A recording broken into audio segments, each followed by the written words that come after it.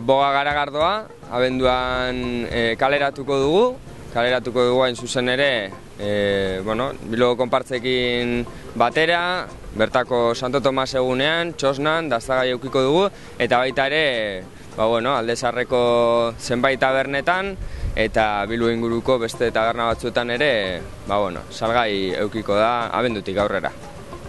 Boga garagardoaren zaporea definitzen joateko, udatik hona egon gara dastaketa ezberdinak antolatzen edo ekimen kulturaletan parte hartzen eta guk jendearekin batera garagardoa dastatzen ibili, errezeta ezberdinak frogatu eta holan poliki-poliki boga garagardoaren gure zaporearen behin betiko zapore horren definizioa egiten, ezta. Orduan poliki-poliki egiteko lan bat izan da, baina esan dezakegu jadanik garagardo horizka bat, suabe bat, pilsen lager bat kaleratzera goazela, azkenan publiko guztietara edo poteoko garagardo bat izango dena, ez? Eta kainerotan dastatu ahal izango duguna edo kaineroen bitartez dastatu ahal izango duguna. Iruditzen zaigu produktu honek dauken berezitasuna edo poteorako garagardo bat izanik, kaineroan egon behar dela, eta horregaitik botilan beste bigarren edo hirugarren pauso baterako uzten dugu, hain zuzen ere garagardo berezitsuagoak edo ekoizten ditugunean eta banatzen ditugunean. Baina momentuz, garagardo horizka hau, pilsen lager hau, kaineroetan, tabernetan eta txosnetan salgai egongo da.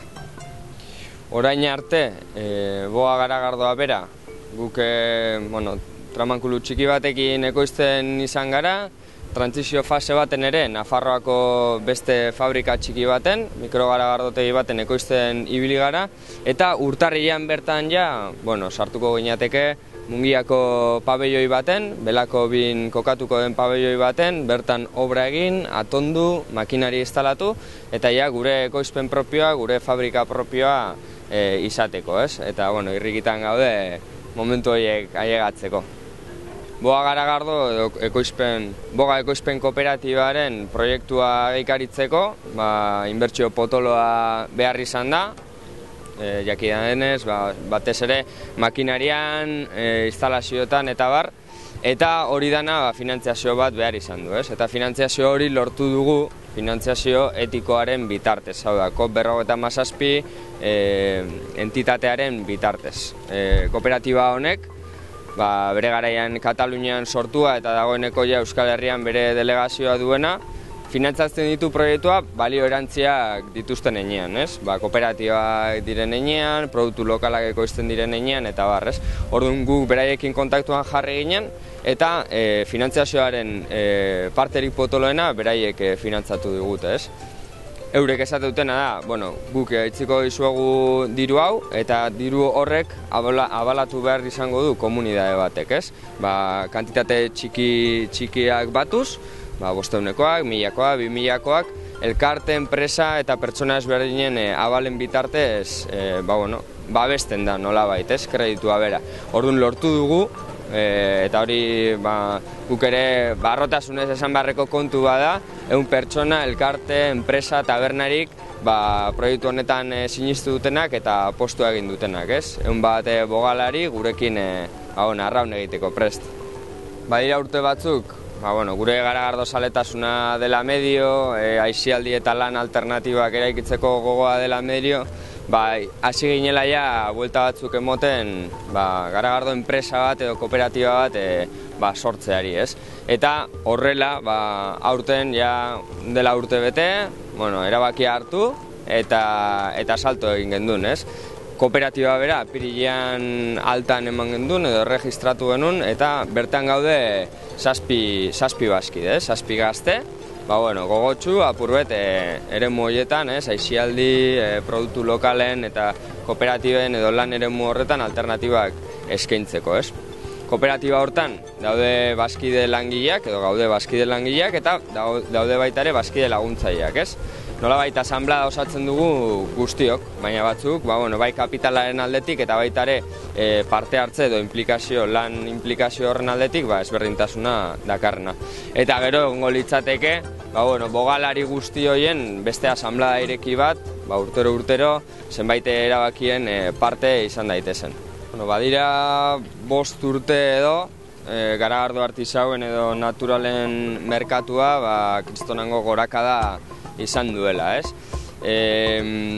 Alde batetik, industrialek asetzen ez dutelako jendearen nahia edo jendearen behar izanak, hau da, kristonango estandarizazioa sufritu duelako garagardoaren produktua eta produkzioa.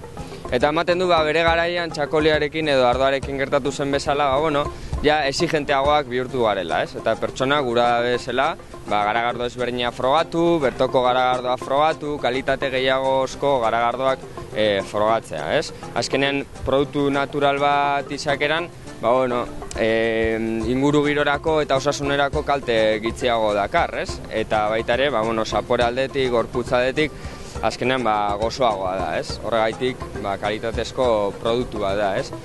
Batez ere industrialekin alderatu behar dugu boga garagardoa, ez? Eta hoien gainetik situatzen da edo kokatzen dugu, ez? Kalitatea delako gure bandera politena, ez?